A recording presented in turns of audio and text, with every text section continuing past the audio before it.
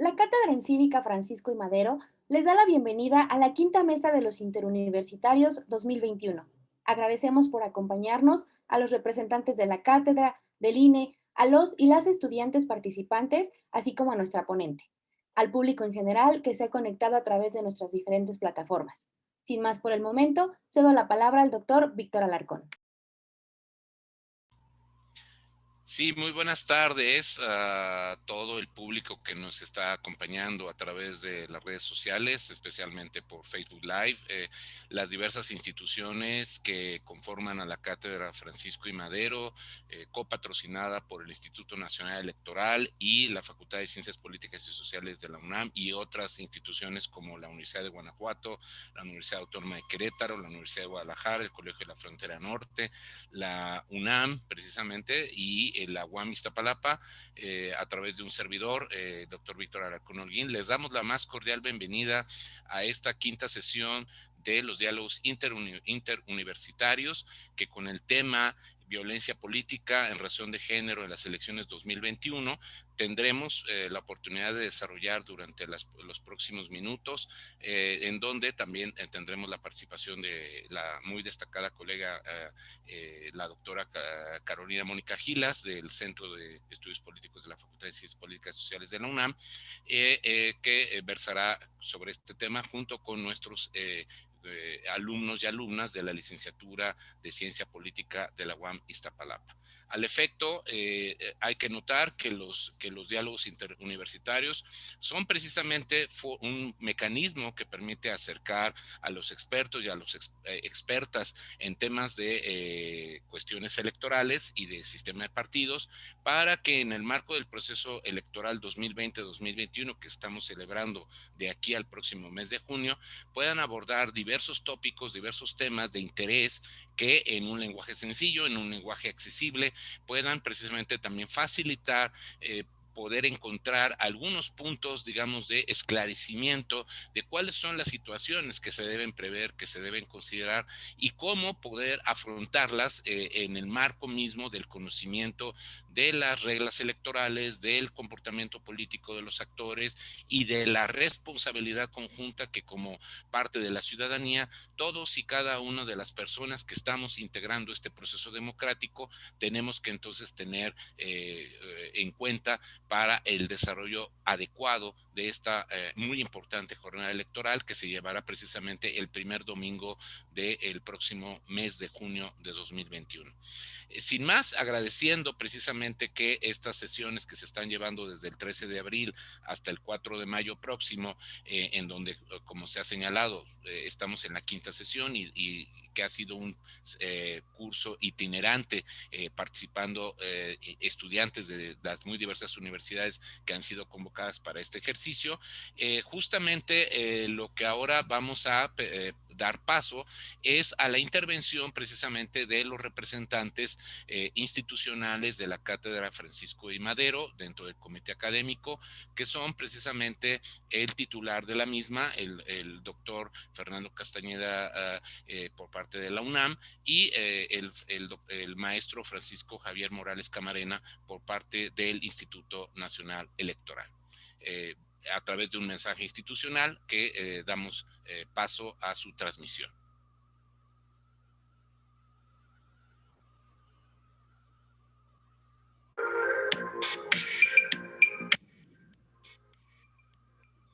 Es muy grato dirigirme a ustedes en este encuentro interuniversitario, iniciativa de la Cátedra en Cívica Francisco y Madero, proyecto desarrollado desde 2019 entre la Facultad de Ciencias Políticas y Sociales de la UNAM y el Instituto Nacional Electoral.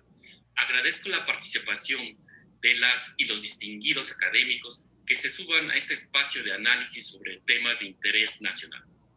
Muchas gracias a las universidades que serán las sedes de estos encuentros. Sin duda alguna, las elecciones de 2021 representan un desafío para la democracia mexicana, no solo por la magnitud de los más de 21,000 cargos de elección en disputa y los casi 94 millones de electores, sino por el contexto sumamente peculiar del cual quiero enfatizar dos elementos. El primero es es el gran reto logístico en medio de la pandemia por el COVID-19 para garantizar tanto el ejercicio del derecho a la salud como el derecho al voto. El segundo, la puesta en práctica de las reformas legales en materia de paridad de género en las candidaturas a los distintos cargos de elección popular, tanto a nivel federal como local. Asimismo, es importante apostar por la colaboración de los distintos actores para garantizar la libre participación en las urnas, la certeza en los resultados y la transmisión pacífica del poder. Jóvenes universitarios, disfruten este momento para adquirir conocimiento, para reflexionar e intercambiar ideas. Que este encuentro los motive a ejercer sus derechos políticos y a participar en los asuntos públicos del país. Que su interés se incremente en cada sesión para que eventualmente sean ciudadanas y ciudadanos activos y corresponsables. Muchas gracias. A nombre de la Cátedra en Cívica Francisco I. Madero, quiero hacer un reconocimiento muy especial a las universidades que han hecho posible la realización del evento de los Interuniversitarios 2021. Quiero agradecer también el trabajo y el apoyo que han dado los funcionarios y equipo operativo del INE. La Cátedra Francisco I. Madero cuenta con un equipo operativo excelente que ha demostrado nuevamente su compromiso en la organización de este evento. Los interuniversitarios tienen el propósito de acercar a los académicos, a los expertos y a los estudiantes interesados en los temas de democracia y derechos humanos. Y la idea es atender no solo los temas de coyuntura electoral, sino también la agenda política y social, analizándolos y proponiendo soluciones.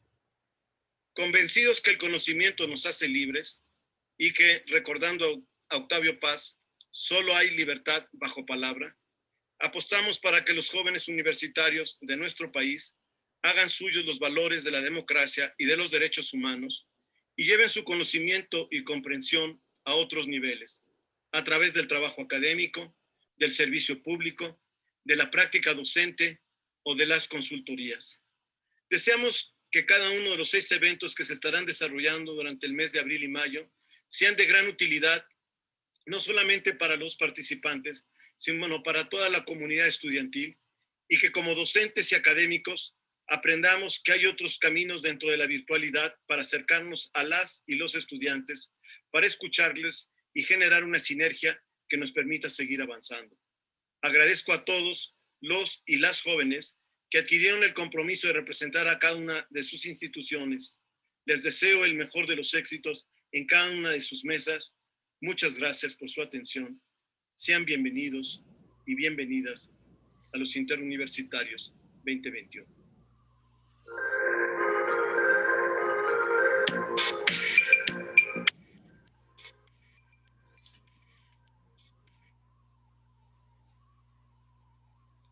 Agradecemos muy puntualmente las intervenciones del maestro Morales Camarena y del doctor Castañeda, que nos están introduciendo precisamente a este espíritu general con el cual estos diálogos interuniversitarios se están implementando durante lo que se mencionaba en estas 6 sesiones de diálogo con académicos y estudiantes de las diversas comunidades de los programas de ciencia política y de ciencias sociales en nuestro país.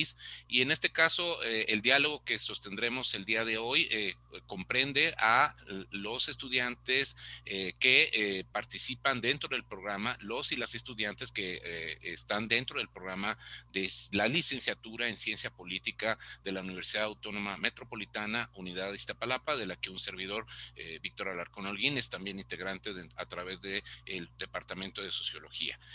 Para esta oportunidad, precisamente, voy a tener el privilegio, el gusto de agradecer la respuesta positiva y el entusiasmo que han puesto precisamente nuestros participantes y los alumnos y alumnas que fungirán también como tanto representante como moderador de este debate, y que me voy a permitir presentar de manera muy agradecida y de manera muy entusiasta para que ellos, que son los verdaderos protagonistas de este intercambio de opiniones con la doctora Carolina Mónica Gilas, pues en los siguientes minutos pues tendrán esta importante actividad en este espacio.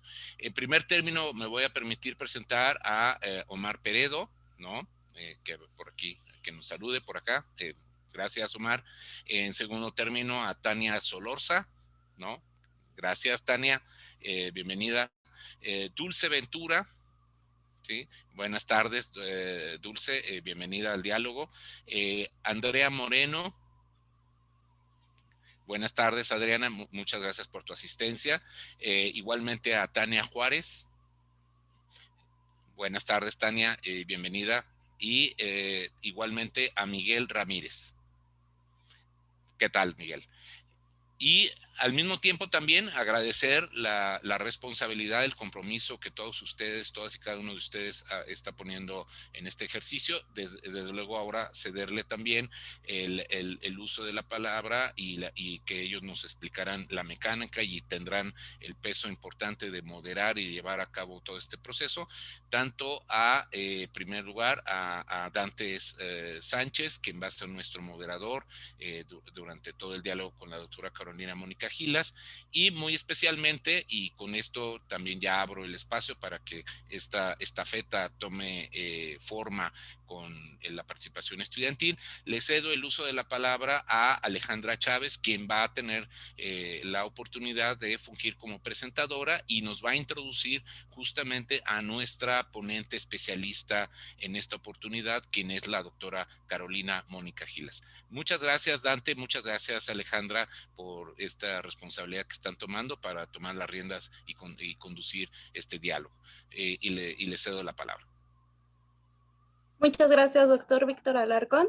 La mesa se va a desarrollar de acuerdo con la doctora Carolina Mónica Gilas. Es doctora en Ciencias Políticas y Sociales de la Universidad Nacional Autónoma de México, profesora del Centro de Estudios Políticos de la Facultad de Ciencias Políticas y Sociales de la UNAM y del programa de posgrado en Ciencias Políticas y Sociales de la Universidad. Miembro del Sistema Nacional de Investigadores Nivel 1, investigadora del Observatorio de Reformas Políticas de América Latina del Instituto de Investigaciones Jurídicas de la UNAM y de la OEA. Le recordamos, doctora, que cuenta con 20 minutos para desarrollar el tema. Adelante. Muchísimas gracias. Muy buenas tardes a todas y a todos quienes nos acompañan y especialmente a quienes se puede ver aquí en la pantalla compartida. Estoy muy agradecida de poder compartir con ustedes este espacio de esta tarde. Les agradezco a las instituciones convocantes, al INE, en esta oportunidad a la UAM Iztapalapa y obviamente a las demás universidades que conforman el programa, en particular al doctor Castañeda, al maestro Morales. Aquí agradezco a mi querido Vic Alarcón el acompañamiento, el gusto de verlo, y pues a todas y a todos ustedes, Alejandra, Dante, Dulce, Tania, Omar, Miguel, Andrea, por el acompañamiento, por las preguntas, por la moderación, y pues tanto a Fabiola, Sofía por la organización, quienes están aquí detrás de cámaras, al igual que un gran staff del instituto. Muchísimas gracias a todos y a todas por extenderme esta invitación y por hacer posible este diálogo. Me parece muy buena, me parece una gran iniciativa abrir estos espacios para que podamos hablar de algunos de los temas pues, fundamentales de coyuntura que son tan importantes en el momento en que nos encontramos en nuestro país. Estamos dentro del proceso electoral más grande de nuestra historia, ya es el segundo que decimos que es el más grande, pero sí, en serio, hubo un incremento muy importante frente a 2018, no es un engaño, no es solo un lema propagandístico para tratar de hacerles más interesados en la participación electoral. De verdad son elecciones muy significativas, tanto en su magnitud de los cargos que vamos a elegir, en términos de las personas que están participando como candidaturas, pero también de la participación ciudadana como funcionarios de casilla, capacitadores y capacitadoras, asistentes electorales y demás funciones, y esperemos que también lo sea en la participación que tengan todas y todos de la ciudadanía ciudadanía mexicana en acudir a las urnas el próximo 6 de junio.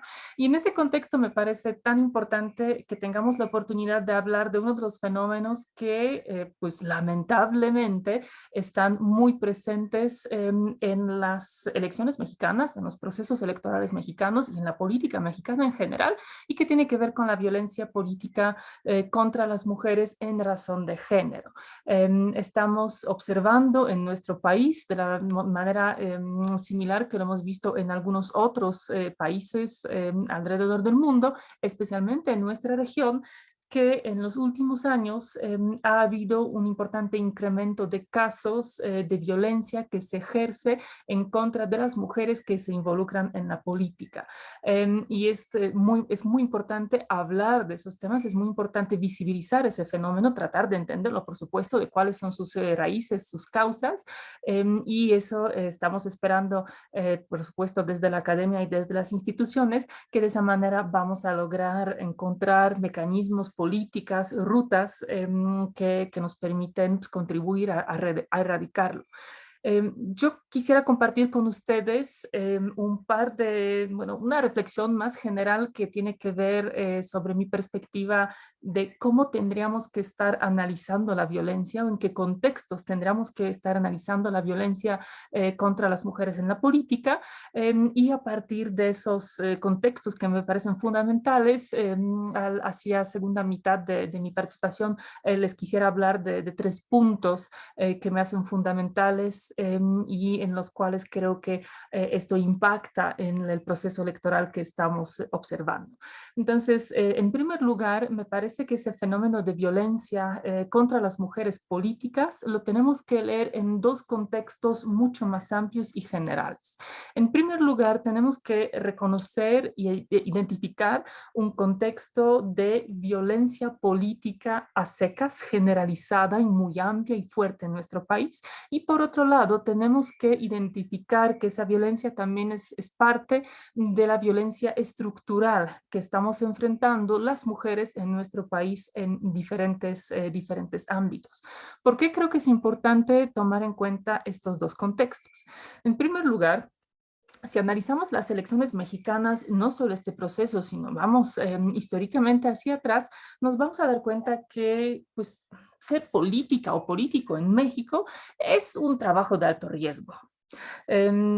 Podemos ir atrás las elecciones que ustedes quieran, yo aquí para no estar pues trayendo datos históricos de mucho tiempo y para facilitar un poquito este diálogo, si tomamos en cuenta los datos del proceso anterior, del proceso de 2018, hay los datos en particular de una consultora, Etelect, que se dedica precisamente a dar seguimiento a las agresiones políticas en nuestro país, han reportado en 2018 774 casos de agresiones contra las personas políticas durante el proceso electoral y de esto 152 víctimas de estas agresiones. El 20% de estas personas eran mujeres, es decir, la enorme mayoría, el 80%, eran varones.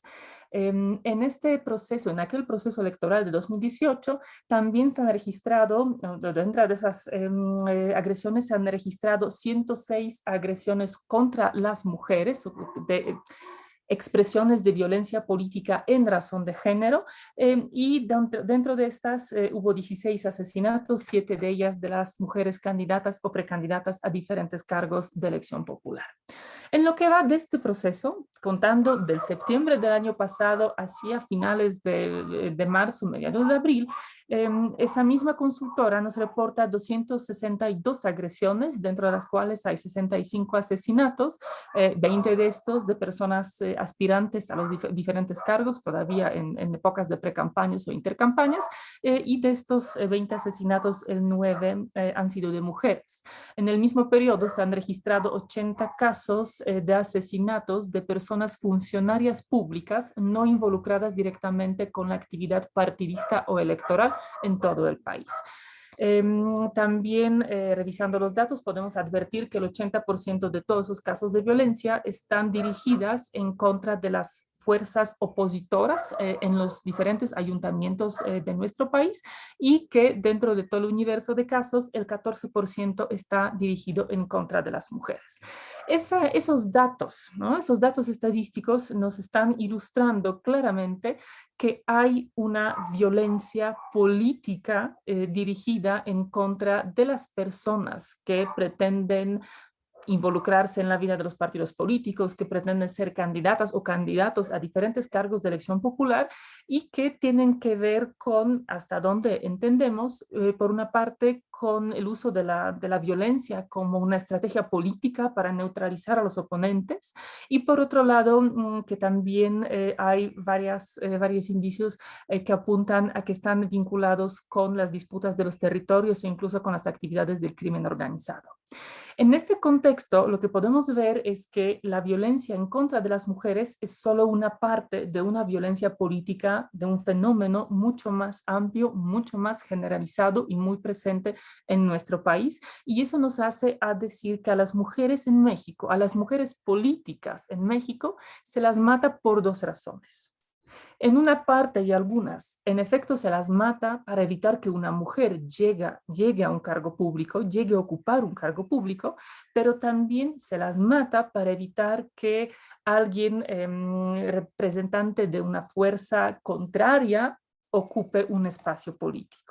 Y yo creo que esa distinción en términos o en cuanto a las razones que generan la violencia que enfrentan las mujeres es importante porque implica diferente, no solo conceptualización teórica o académica, sino que implica que necesitamos diferentes estrategias para atender esa violencia. Necesitamos diferentes herramientas para entenderla del por qué surge y necesitamos diferentes mecanismos institucionales, diferentes tipos de políticas públicas para evitar que suceda, para proteger a las personas que están en riesgo, que están expuestas a esa violencia y que, por supuesto, implica la necesidad de adopción de ciertas políticas públicas específicas muy concretas. Aquí también quisiera reiterar que a pesar del hecho de que no toda la violencia que está dirigida contra las mujeres está directamente motivada por el género, es decir, no siempre ocurre solo por el hecho de que sean mujeres o por el hecho de que sean mujeres, las formas en las que esta violencia se reproduce, se produce, se visibiliza, sí son generizadas, es decir, a las mujeres y a los hombres se les tiende a violentar de manera distinta, ¿no? Hay ciertas vulnerabilidades en ese contexto que tienen que ver con agresiones físicas, sexuales, con cierto tipo de amenazas, también con cierto tipo de violencia simbólica que son mucho más frecuentes en contra de las mujeres que en contra de los varones. Ahora, por otro lado, creo que tenemos que entender la violencia política en el contexto de la violencia estructural en contra de las mujeres, que es todavía, lamentablemente, también un fenómeno muy extendido, muy fuerte en nuestro país. A la violencia estructural la estamos entendiendo, y aquí siguiendo, por supuesto, las aportaciones de Galtung, después reconstruidas y discutidas desde el feminismo, estamos hablando de violencia que está inmersa, que está incorporada en las estructuras de nuestra sociedad. Es decir, es esa violencia que se muestra en las relaciones desiguales del poder, que se muestra en el acceso desigual, diferenciado a los recursos en función del género de las personas. Esa violencia contra las mujeres que está muy presente en todos los ámbitos de la vida pública, privada de nuestro país, es posible gracias a la violencia. La violencia, el ejercicio de la violencia contra las mujeres hace posible mantener esas relaciones desiguales, jerárquicas, sexuadas de poder y al mismo tiempo, por supuesto, esas relaciones se reflejan en la violencia que está dirigida en contra de las mujeres y que se utiliza como uno de los mecanismos de control social, uno de los mecanismos de control de la actuación de las mujeres. Y datos tan tristes, acaban de salir actualizaciones de los datos de Secretaría de Seguridad Pública y de varias otras agencias que apuntan que durante el mes de marzo, cada día en México ha habido 12 casos de feminicidio. Es decir, 12 mujeres en nuestro país mueren cada día por el mero hecho de ser mujer. También durante el marzo se han registrado cada día 750 casos de violencia familiar. Eso nos habla, podríamos obviamente seguir enumerando muchos otros casos y muchos otros ámbitos de violencia que está presente en la educación, en el ámbito económico, laboral, cultural, social de nuestro país. Hay una cultura, hay una estructura que permite, que acepta la utilización de la violencia en contra de las mujeres como uno de los mecanismos de control. Y mientras eso siga así, sea tan extendida en todos los ámbitos, por supuesto también vamos a observar la presencia de la violencia en el ámbito político, ¿no? En ese sentido, creo que es muy importante entender esa continuidad y la relación que existe entre los diferentes tipos de violencia que se dirigen en contra de las mujeres. Creo que eso tiene tres implicaciones para nuestra manera de entender lo que está pasando en este proceso electoral y en el ámbito político en la actualidad. En primer lugar, creo que tenemos que tener claro que la diversidad de los tipos y modalidades de la violencia y la gravedad de ese fenómeno en realidad excede a lo electoral. Es decir, el ámbito electoral es solo uno de los ámbitos en los cuales se observa, en los cuales podemos notar la violencia dirigida hacia las mujeres para reducir sus derechos, para obstaculizar el ejercicio de sus derechos políticos, de su libertad de acción, de su capacidad de articular las demandas, de construirse como agentes en esa práctica política. Eso implica que nuestras legislaciones y los mecanismos con los que estamos contando en este momento para atender los casos de violencia que ocurren en contra de las mujeres, en particular candidatas, precandidatas, militantes de los partidos políticos, están en muchos sentidos sesgados porque están dirigidos a atender solo ciertos tipos y modalidades de esta violencia y dejan, pues por naturaleza misma de la función electoral, de las facultades de las autoridades electorales, algunas otras modalidades de esa violencia fuera de su capacidad de atención, ¿no? O sea, estamos pensando, por ejemplo, INE ha recibido durante el año electoral aproximadamente 55 denuncias de violencia, se han emitido unas 22 sanciones, pero esas tienen que ver fundamentalmente con los discursos políticos, con los mensajes, con las propagandas, pero hay muchos otros tipos de violencia, agresiones físicas, amenazas que por supuesto escapan de ese control de las autoridades electorales y donde las otras agencias del Estado mexicano que tendrían que ser las encargadas de atender esa violencia no siempre tienen recursos, conocimientos necesarios para hacerlo de una manera efectiva. Eso habla de esa, digamos, deficiencia de la visión que tenemos y de los mecanismos que tenemos en la actualidad. En segundo lugar, el segundo impacto tiene que ver también con la ausencia de las políticas públicas en nuestro país que pudieran permitir un cambio profundo en las relaciones de género que existen en nuestra sociedad, es decir, romper con esa jerarquía sexuada del poder que hay, de las relaciones de género que tenemos en nuestra sociedad.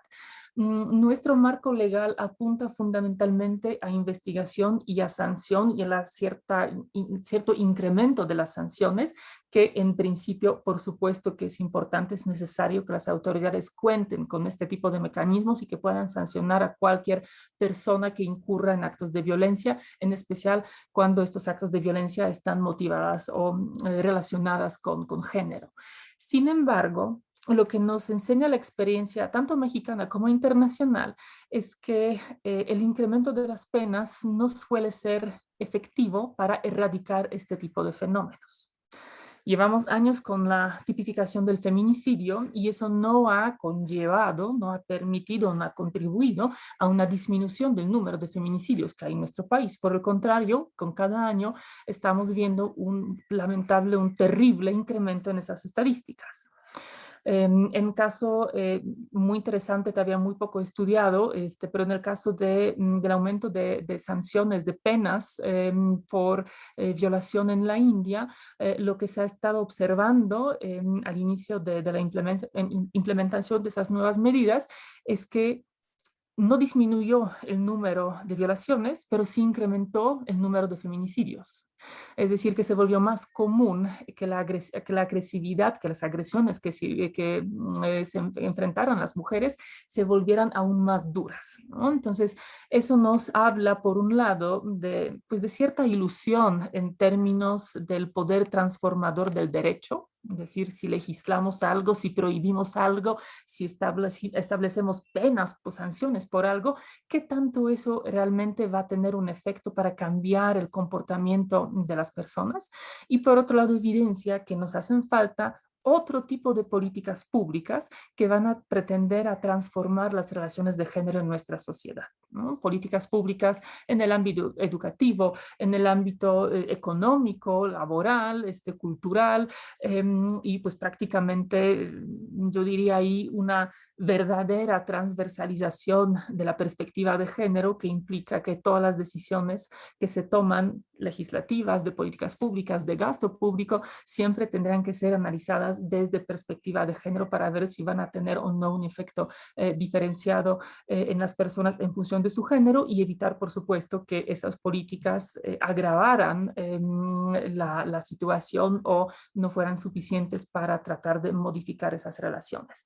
Y finalmente, la observación que tenemos de lo que está ocurriendo en nuestro país en los últimos años, y eso también lo podemos trazar en otras latitudes, desde la literatura comparada, desde las experiencias de otros países, es que la violencia política no termina con la jornada electoral, ¿no? La violencia que enfrentan a las mujeres también está presente cuando ellas ejercen el cargo, cuando ellas se convierten en regidoras, en presidentas municipales, en diputadas a diferente nivel, en secretarias de gobierno y etcétera, un largo etcétera.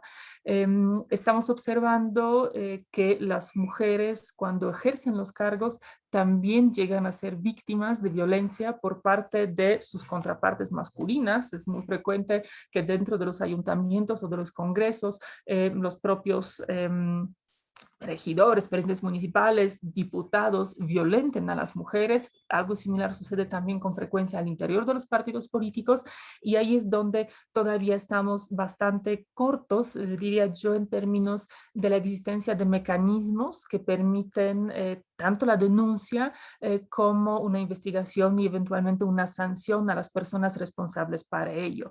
Hay mayores avances en el ámbito municipal, pero en el ámbito legislativo, lamentablemente, incluso la reforma del año pasado, de 13 de abril de 2020, que estableció diferentes mecanismos y responsabilidades para las autoridades para atenderlos y investigar, y erradicar y prevenir los casos de violencia política en razón de género, no están incluidas las mujeres en el ejercicio del cargo, tanto cuando son electas como cuando son funcionarias electorales, como cuando son simplemente funcionarias designadas en los diferentes niveles de administración pública. Entonces ahí también tenemos un foco rojo que hay que estar atendiendo, que hay que estar visibilizando, estudiando para tratar de entender por qué, incluso cuando hay cada vez más mujeres en estos espacios, las relaciones de género no cambian, ¿no? ¿Por qué incluso cuando las mujeres pueden llegar a ser género dominante, como en el caso del Congreso de Morelos, que hemos documentado con la doctora Flavia Fredenberg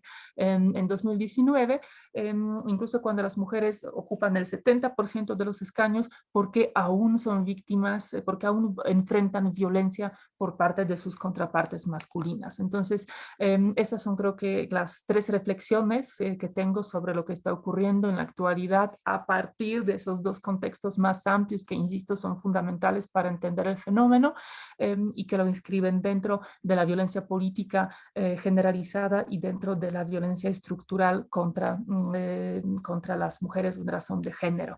Creo que con eso estoy agotando mis 20 minutos y por lo tanto aquí estoy enormemente agradecida por la oportunidad de dialogar con ustedes, de escuchar sus preguntas y pues de tratar de responder de la mejor manera. Muchísimas gracias, doctora Carolina Gilas. Pues vamos a proceder entonces a la ronda de preguntas y respuestas. Si les parece, voy a presentar cómo se va a hacer esta actividad. Vamos a seguir el orden establecido. Les recomiendo a los participantes que lo decidimos por orden alfabético, entonces se les va a ceder la palabra y cada estudiante deberá activar su micrófono para posteriormente realizar la pregunta a la ponente. Las preguntas deben ser claras, les recuerdo, concisas y referentes al tema general de esta mesa. Y 2 consideraciones muy importantes. El tiempo estimado de duración para la sección de preguntas y respuestas es de 45 a 60 minutos y habrá un mínimo de 2 rondas para que todos podamos participar. Entonces, siguiendo estas consideraciones, vamos a comenzar entonces por orden alfabético. Le cedo la palabra a mi compañera Andrea Moreno para que plantee su primera pregunta. Adelante, Andrea. Buenas tardes. Hablando en este sentido, mi pregunta es, en caso de que algún candidato cometa algún acto de violencia política en razón de género, ¿puede continuar con su campaña política y se le permitirá seguirse postulándose en elecciones posteriores a estas? Muchísimas gracias por la pregunta, Andrea. Es una pregunta muy importante y es una pregunta, pues, como no me dejará mentir Víctor, quien está aquí con nosotros, no me deja mentir que es complicada como casi todo lo que ocurre con las sanciones y regulaciones en la materia electoral.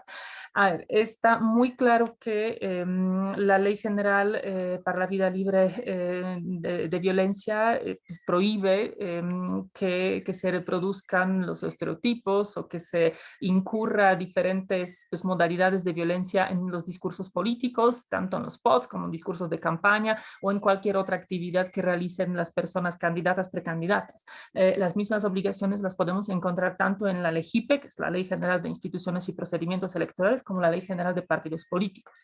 Y todo ese conjunto de leyes establecen también mecanismos para presentar denuncia, para investigar y para sancionar este tipo de hechos.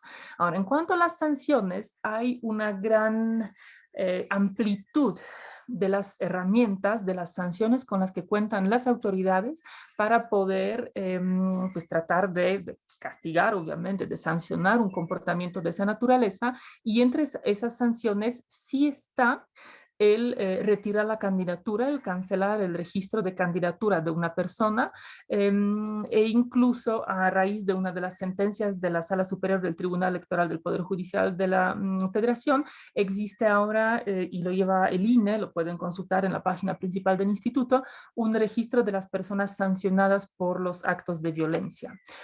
También tenemos criterios del proceso electoral anterior que establecen que una persona que incurre en actos de violencia política contra las mujeres podrá perder sus derechos políticos, es decir, podrá verse impedida y la misma ley también ya recoge ese mecanismo. Sin embargo, eso no quiere decir que cualquier hecho de violencia contra las mujeres o cualquier hecho de violencia de género derive necesariamente en un retiro de la candidatura o en la imposibilidad de que alguien participe, ¿no? de esa manera en un proceso electoral. Eso va a depender de un contexto, o sea, de qué tipo de violencia es, qué hecho era, ¿no? Y pues fundamentalmente de la gravedad de esa violencia, ¿no? Va a haber en ese sentido quizá algunas expresiones desafortunadas que puedan realizar algunas personas y a quienes se imponga una sanción por ello, pero que quizá no trasciendan a una sanción tan grave, ¿no? Eso va a depender fundamentalmente de ello. De hecho, la ley de lo que dice claramente es que se va a cancelar el registro de alguien que haya sido sancionado por un delito, ¿no?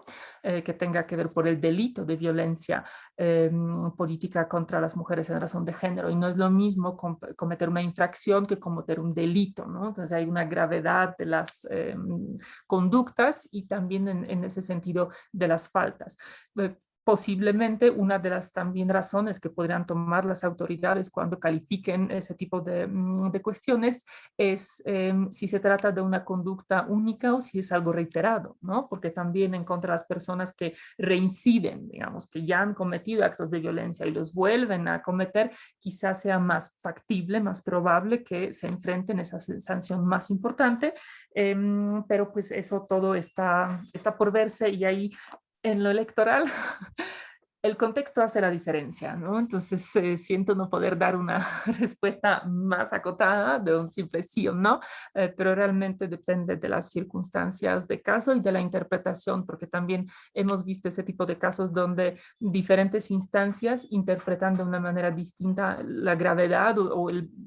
Si algo, ¿no? que se ven, por ejemplo, de publicidad política, si constituye o no violencia política en razón de género. Sobre eso también hemos tenido criterios encontrados, entonces depende del contexto. Muchísimas gracias, doctora Carolina. Gracias, Andrea. Continuamos con mi compañera Dulce Ventura. Adelante, Dulce. Buenas tardes a todos. Bueno, doctora, en primer lugar, visibilizar la violencia política en razón de género, ¿a qué nivel puede favorecer y promover la autonomía laboral de la mujer?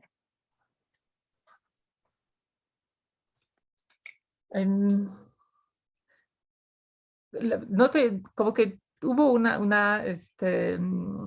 problema con el audio. ¿Te refieres a cómo los mecanismos de atención a la violencia o de sanción pueden promover la autonomía de la laboral de las mujeres? ¿Entendí bien? Sí, así es. Ajá. Perfecto. Pues miren, depende laboral en qué ámbito, ¿no? Porque en realidad, pues política es un ámbito pues muy particular, muy específico del desarrollo profesional de las personas, pero también aquí en el contexto de la regulación y de lo que con frecuencia llega a ser conocido por las autoridades electorales, tiene que ver con la violencia que las personas funcionarias, en particular las mujeres funcionarias electorales, enfrentan. Y ha habido casos de consejeras electorales, tanto de los soples como de los consejos distritales. Ha habido casos de las magistradas electorales que enfrentan violencia por parte de sus pares y que han llegado a utilizar los mecanismos existentes para presentar las denuncias y pues que estas denuncias en varios casos han recibido sanciones, ¿no?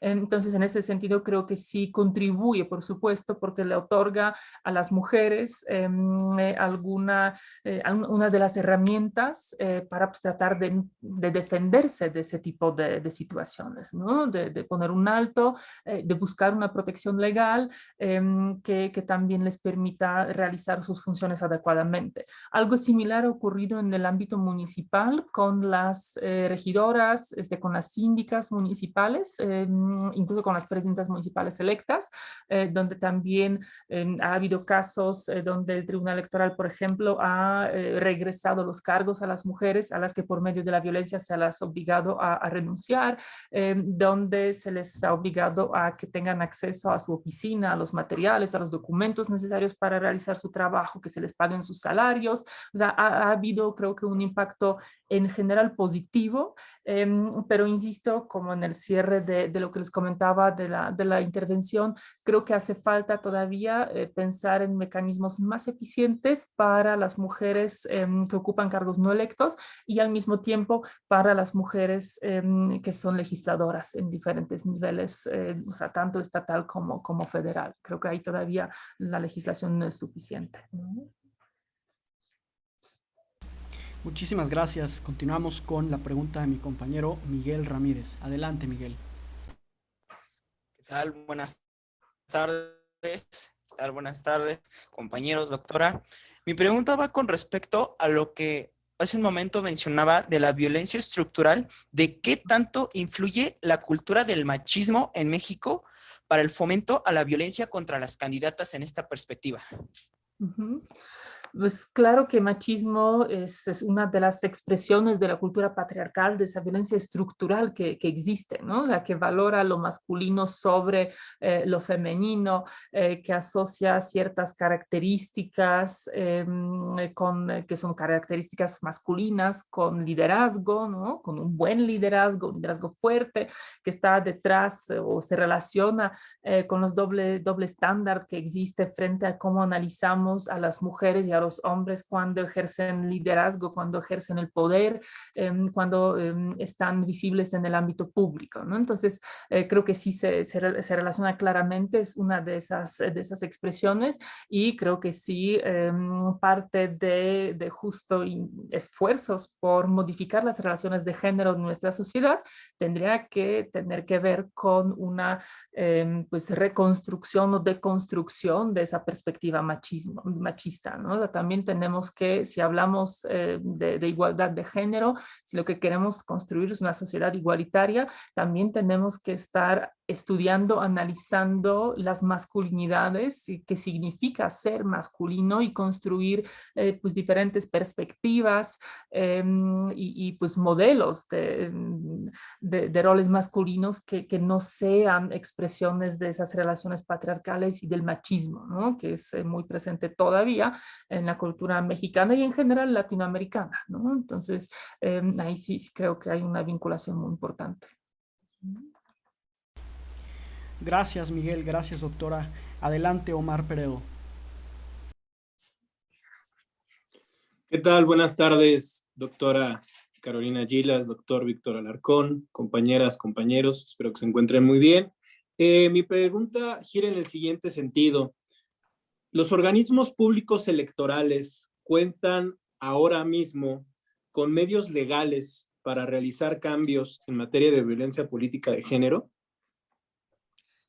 Bueno, dependería qué significa cambio, ¿no? O sea, ¿qué entenderíamos por un cambio? O sea, cuentan con mecanismos que les permiten recibir las denuncias, que les permiten investigar y sancionar. Sobre las sanciones hay diferentes modelos, porque hay entidades donde los soples sancionan, hay entidades donde, siguiendo ese modelo del procedimiento sancionador que tenemos a nivel federal, remiten los resultados de sus investigaciones a los tribunales estatales electorales para que estos sean quienes sancionan. Pero básicamente existen esos mecanismos que están pues bien diseñados, digamos, dentro de las limitaciones de la articulación de las facultades que sí tienen las autoridades electorales en nuestro país, ¿no? Entonces, creo que ahí sí hay una de las herramientas muy importantes con las que cuentan las autoridades electorales locales, que les permite actuar frente a la violencia y que les permite contribuir a erradicar ese fenómeno. Creo que también otro mecanismo con el que pueden trabajar, pero que esto obviamente va a rendir, muchos trabajan, pero es un mecanismo que va a rendir frutos a mediano y largo plazo, tiene que ver con pues, diferentes campañas de concientización, de capacitación, de formación, de divulgación en relación con ese fenómeno, donde por un lado es tan importante aprender a identificar cuando uno está o no está frente a la violencia, ¿no? Y qué conductas son violentas. Creo que en ese ámbito pues estamos observando un cambio muy importante, ¿no? En los últimos años nuestras definiciones de lo que es violento han cambiado mucho. Muchas actitudes, comportamientos que hemos tenido normalizados por muchos años, que las generaciones, la mía, la de, no sé, mi mamá, mi abuelita, ¿no? Consideraban como algo absolutamente normal, entre lo que uno tenía que aprender a navegar y sonreír mucho y tratar de no tomárselo muy a pecho, ¿no? Digo, hoy son identificadas como lo que son, como actos de violencia contra las mujeres, que pretenden disminuir nuestros derechos, que pretenden obstaculizar nuestro desarrollo, nuestra autonomía, y etcétera. Entonces, también en ese sentido es muy importante esa capacitación para que tanto las mujeres, cuando enfrentan esas situaciones, puedan darse cuenta, identificar que va más allá de lo aceptable, donde están frente a actos de violencia en contra de ellas. También, por supuesto, para que los propios hombres entiendan, ¿no? Qué cosas pues, ya no, ¿sí? Qué cosas ya no se hacen, qué cosas ya no son aceptables en los ámbitos pues de la convivencia social, pública, en muchos casos incluso en las familias. Y también creo que ahí hay otro gran como ámbito, posibilidad de incidencia de los soples, que tiene que ver con el fortalecimiento de la cultura de la denuncia, ¿no? Porque también uno es que identificar que uno está frente a los hechos de violencia, y dos, saber qué sigue a partir de ello, ¿no? O sea, que eso sí lo puedo denunciar, ante quién lo puedo denunciar, cuándo debo hacerlo, qué necesito, ¿no? Hay formatos, por supuesto, para ello, pero no sé qué pruebas, qué evidencias necesito, ¿no? Qué autoridad está competente en diferentes posibles supuestos de violencia a las que se pueden enfrentar las mujeres. Entonces yo creo que ahí hay muchas armas, digamos, muchas herramientas que la legislación le está dando a los soples y en general a las autoridades electorales para avanzar en esta ruta. Muchas gracias. Muchas gracias, doctora. Gracias, Omar. Adelante, Tania Juárez. Sí, hola, buenas tardes. Gracias por la palabra, Dante. Bueno, antes de plantear mi pregunta, quisiera agradecer de antemano a la doctora Mónica Gilas, por supuesto al doctor Víctor Alarcón, por compartir su tiempo y su experiencia y conocimiento con cada uno de nosotros. Bueno, mi primera pregunta surge por lo siguiente, que va un poco ligado a lo que la doctora Carolina Gilas ya mencionaba en su ponencia, y es que derivado de los resultados de las elecciones de 2018, el INE realizó diversos informes en colaboración con ONU Mujeres y distintas asociaciones civiles. En estos informes se concluye que específicamente en el ámbito municipal, las medidas adoptadas para garantizar la paridad de género fueron no tan eficaces. Esto se observa porque la diferencia entre el número de mujeres y de hombres que fueron electos para ocupar los cargos a la presidencia municipal, esto debe visible en perjuicio de las mujeres, ¿no? Entonces, aunado a esto que ya menciono, también se encuentra la existencia y la persistencia de los estereotipos de género, específicamente en este orden de gobierno, ¿no? Entonces, mi pregunta es, ¿cómo se puede incentivar el liderazgo de las mujeres en los distintos espacios municipales y de ayuntamiento para las elecciones del presente año?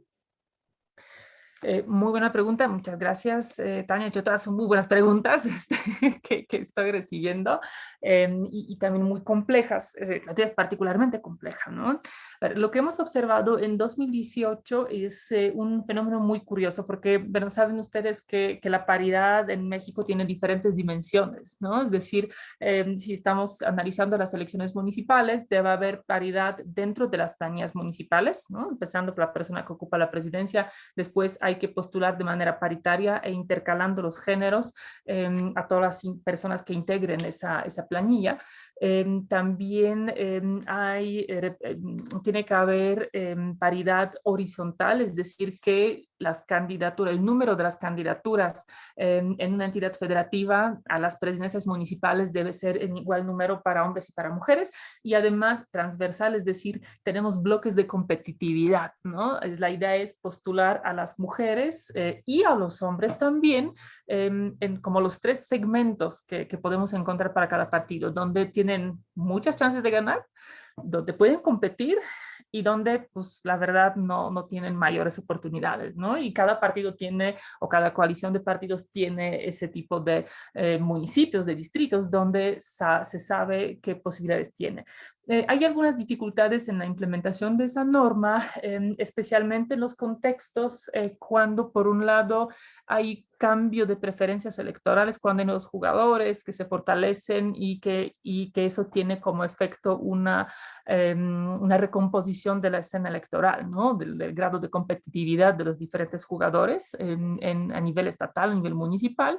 Y también, por supuesto, hay una dificultad en ese sentido en registros de los partidos nuevos, ¿no? Los partidos políticos nuevos que no han participado en las elecciones previas, pues no sabemos cuáles son sus distritos competitivos, ¿no? Y cuáles son sus distritos ganadores, bueno, municipios ganadores y donde no tienen mayores oportunidades. Entonces, entre esos elementos, entre problemáticas de las coaliciones, lo que hemos observado en 2018 es que en efecto las presidencias municipales están dominadas todavía por los varones, pero cuando miramos al interior nos vamos a dar cuenta que las sindicaturas están dominadas por las mujeres y que las regidurías sí son paritarias o prácticamente paritarias, ¿no? Eso tiene que ver como con toda esa lógica que todavía persiste, donde los partidos prefieren postular a los varones, donde suponen ganar, ¿no? Y que siguen mandando a las mujeres a pesar de las normas y los esfuerzos de las autoridades, donde bueno, es menos probable o al menos más complicado que ganen, ¿no? Y eso es lo que generó esos desequilibrios en esos 3 niveles, digamos, de los cargos municipales. ¿Qué hacer para revertirlo? Pues estar, por supuesto, por parte de los OPLES mucho más pues, rígidos, ¿no? En la aplicación de las normas, a vigilar la aplicación de la paridad horizontal y la paridad transversal, promover que sean las mujeres las que encabecen las planillas, que sean las candidatas a las presidencias municipales. Creo que también en ese sentido habría que reconocer que incluso cuando las mujeres no ganan, su participación también es importante, ¿no? Que también el hecho de que sean candidatas y que sean candidatas competitivas también ya cambia, ¿no? Cambia las perspectivas, cambia las posibilidades para las que vienen después, ¿no? Para las que lo podrán intentar en la siguiente, quienes ya van a poder construir a partir de las experiencias de las primeras que están rompiendo esos techos, ¿no? Creo que otro aspecto que hay que tomar en cuenta, creo que no solo para las elecciones municipales, pero para todas, es que todavía persisten desigualdades en acceso a los recursos.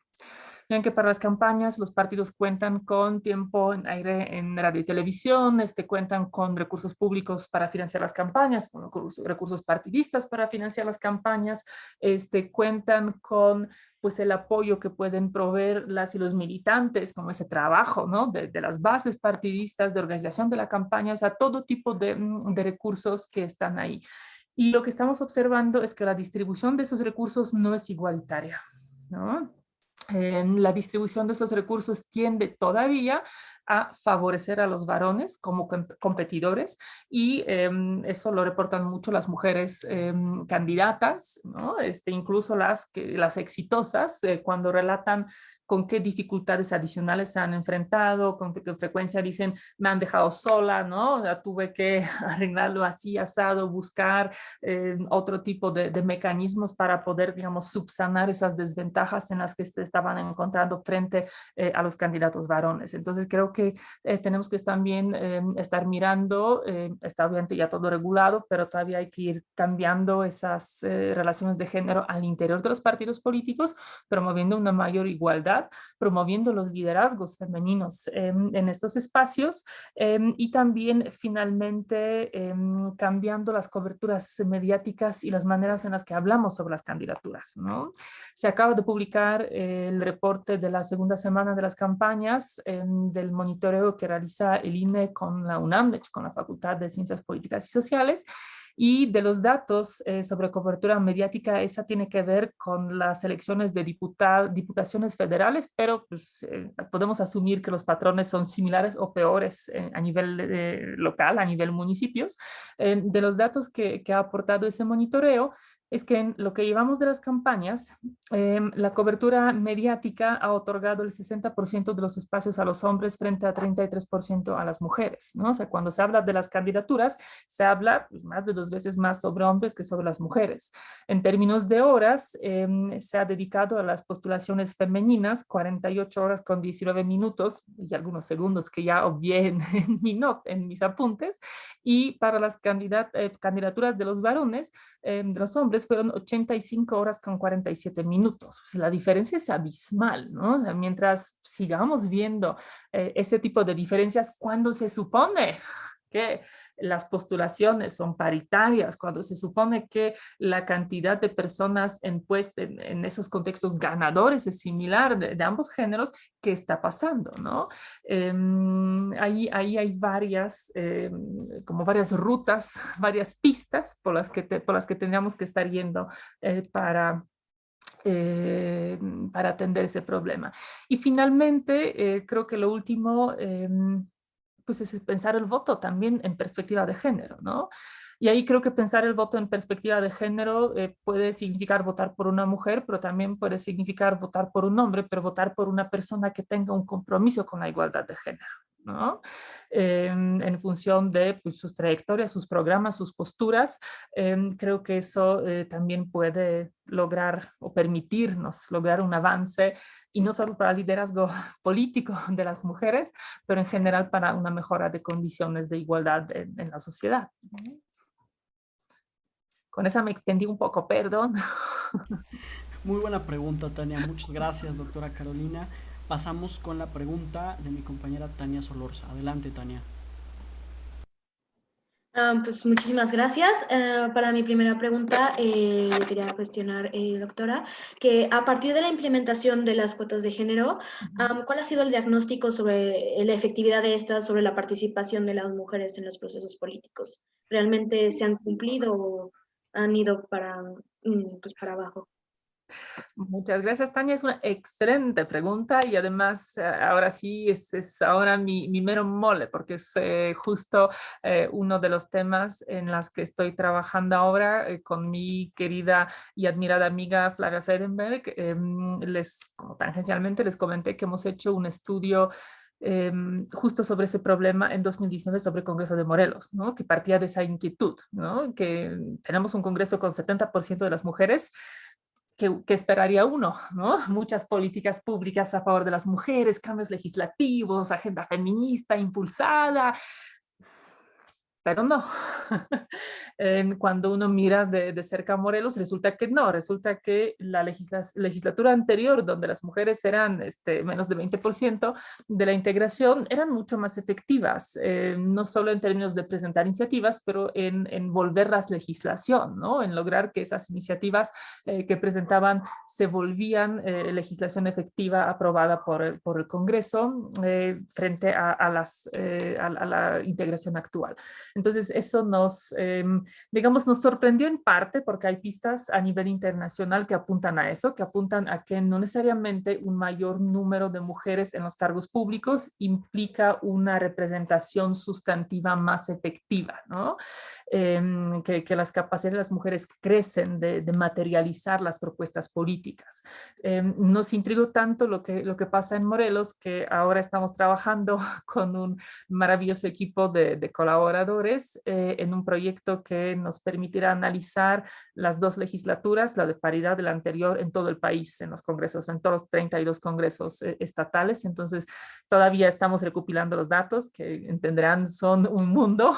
Entonces, estamos ahora batallando con la información sobre las iniciativas, pero sobre eso en general y contestando desde lo que hemos visto en Morelos, donde lo que comentan las mujeres que uno puede entrevistar y de lo que también a lo que apunta la literatura internacional, reitero, es que no siempre el incremento numérico de las mujeres en los cargos es suficiente para romper las estructuras patriarcales, los sesgos, las jerarquías de género, la desigualdad en el acceso a los recursos, a los puestos directivos al interior de los órganos, sean legislativos, municipales, sean pues, de administración pública o de gobierno, a favor de las mujeres, ¿no? Permitiendo nuevas articulaciones en las relaciones de género al interior de ese tipo de espacios de ejercicio del poder. Eso aparentemente pues, tiene que ver con diferentes factores, o por supuesto, uno de los factores que obstaculiza el ejercicio efectivo de la representación, de la política por parte de las mujeres tiene que ver con la violencia que sufren en el ejercicio de los cargos.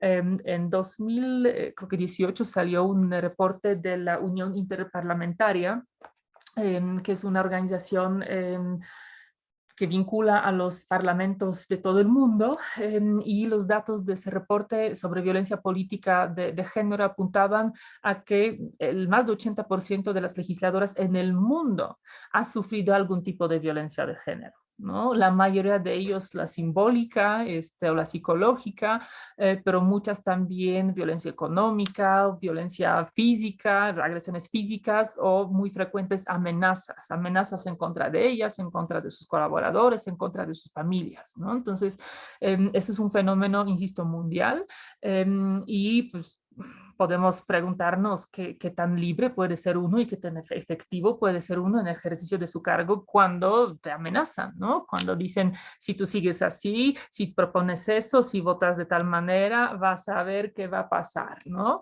Eso es, por supuesto, inaceptable en una sociedad democrática y es un obstáculo real. Por otro lado, podemos observar que hay sesgos en el acceso a los cargos directivos en los congresos, ¿no?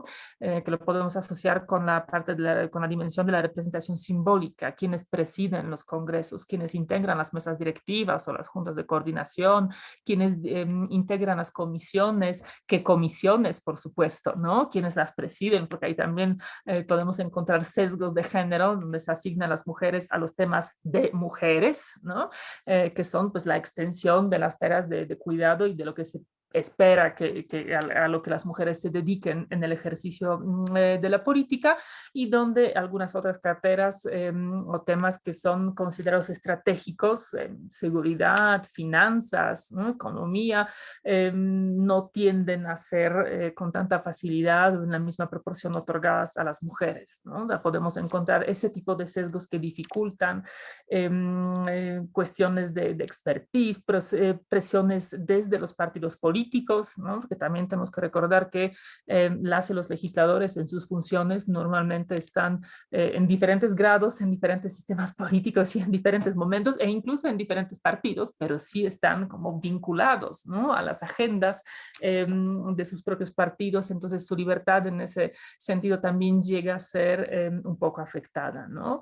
Creo que en el caso mexicano hemos visto algunos avances muy positivos. Por ejemplo, pues la ley el reconocimiento del fenómeno de violencia política en razón de género, pues desde 2012 ha habido diferentes iniciativas, tanto en la Cámara de Diputados como en la de Senadores, y ninguna fue exitosa hasta el año pasado, ¿no? Hasta que una legislatura paritaria ha logrado articular ahí sí una reforma importante en ese sentido, ¿no? Pero también podemos ver cómo en las discusiones del presupuesto en el año pasado no se había logrado eliminar el impuesto de valor agregado a los productos que utilizan las personas menstruantes, por ejemplo, las de higiene personal, ¿no? Aquí sobra decir que Viagra no tiene IVA, ¿eh? Y ahí que interprete cada quien como quiera ese hecho, ¿no? Que para tampones y demás sí hay IVA, para Viagra no hay IVA.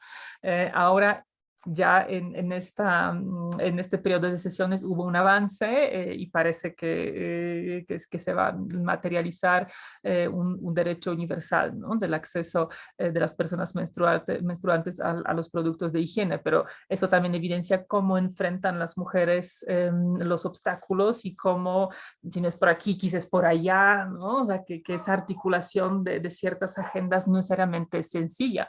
También hemos visto caso en Nuevo León, donde una legislatura paritaria penalizó el aborto, ¿no?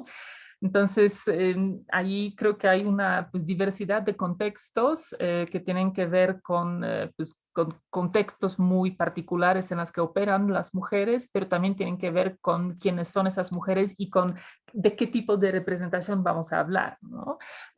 Porque frecuentemente pensamos en la representación efectiva de las mujeres, la asociamos con la realización de ciertas demandas feministas, pero no necesariamente todas las mujeres que llegan a ocupar los cargos comparten esa agenda, ¿no? O no la comparten de manera completa, ¿no? O sea, el ser mujer no necesariamente implica ser feminista, o incluso para muchas de las legisladoras que pueden asumirse como feministas, el significado de ese reconocimiento puede ser distinto, ¿no? Y las agendas, algunos temas de la agenda puede ser más cercano que otro, o las maneras de realizar esas agendas, es decir, ya políticas públicas específicas que consideran las más idóneas para materializar esa agenda, también pueden ser diferentes, ¿no? Entonces, creo que ahí es una gran pregunta y es una pues un gran tema de investigación que la verdad me apasiona mucho y sobre el cual creo que nos hace falta todavía entender tanto empíricamente, es decir, observar qué está pasando y tratar de entender qué está pasando, por qué, ¿no? En algunos casos hay limitaciones todavía, pero también creo que hay teóricamente, o sea, desde la perspectiva conceptual, teórica, también tenemos todavía un buen camino por recorrer para tratar de ir definiendo, ¿no? Algunos de los conceptos con los que trabajamos, pero espero que a final de este año ya vamos a poder compartir con ustedes, la doctora Flavia Freyberg y yo, algunos hallazgos mucho más puntuales, ya respaldados con datos de todo el país específicos sobre esa pregunta. Muchísimas gracias, Tania. Muchísimas gracias, doctora Carolina. Pues hemos llegado al final de la primera ronda de preguntas. Creo que todos coincidimos que han sido muy buenas preguntas y además han facilitado que la doctora Gilas pues, nos pueda iluminar un poquito más con su conocimiento en cuanto a este tema. Entonces, si les parece, vamos a pasar a la segunda ronda, vamos a dar inicio. Y en este sentido le doy la palabra a mi compañera Andrea Moreno para que plantee su primera pregunta en la segunda ronda. Adelante, Andrea. Muchas gracias, Dante. Doctora, usted ya nos hablaba sobre que México, en su mayoría de la población, existe todavía este machismo interiorizado, pero no, las mujeres dentro de la política no solamente lo enfrentan con los candidatos, sino también en la población, cuando van, se plantan, hablan y se proponen ella ante ellos como las candidatas. Y hablando en razón de género, no solamente somos las mujeres las que englobamos esta palabra, sino también la comunidad LGBTQ. Entonces, en ese sentido va mi pregunta, si existe algún programa de campaña educativa hacia la población para la no discriminación de candidatas pertenecientes a la comunidad LGBTQ y las candidatas mujeres. Bueno, en este proceso en particular se han fortalecido las medidas institucionales desde el Instituto Nacional Electoral para promover la participación de las personas pertenecientes precisamente a la comunidad de diversidad sexual, sexogenérica, promoviendo su postulación como candidaturas, que yo creo que es muy importante porque es una medida muy concreta que esperamos que tenga resultados.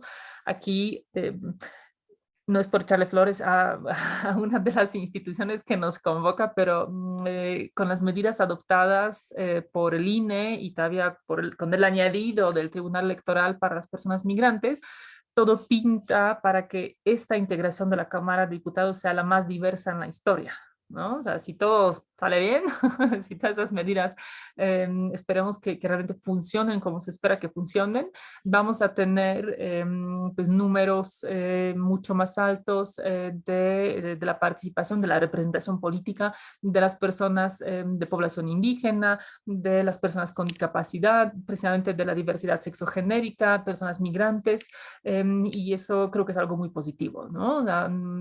Más allá de todas las demás discusiones y lo acalorado que llegan a ser los procesos electorales ni las campañas, que a veces son ambientes muy complejos, creo que esa es una de las grandes y más importantes noticias de ese proceso, ¿no? Y creo que también en ese sentido tiene ese efecto pues formativo, educativo, ¿no?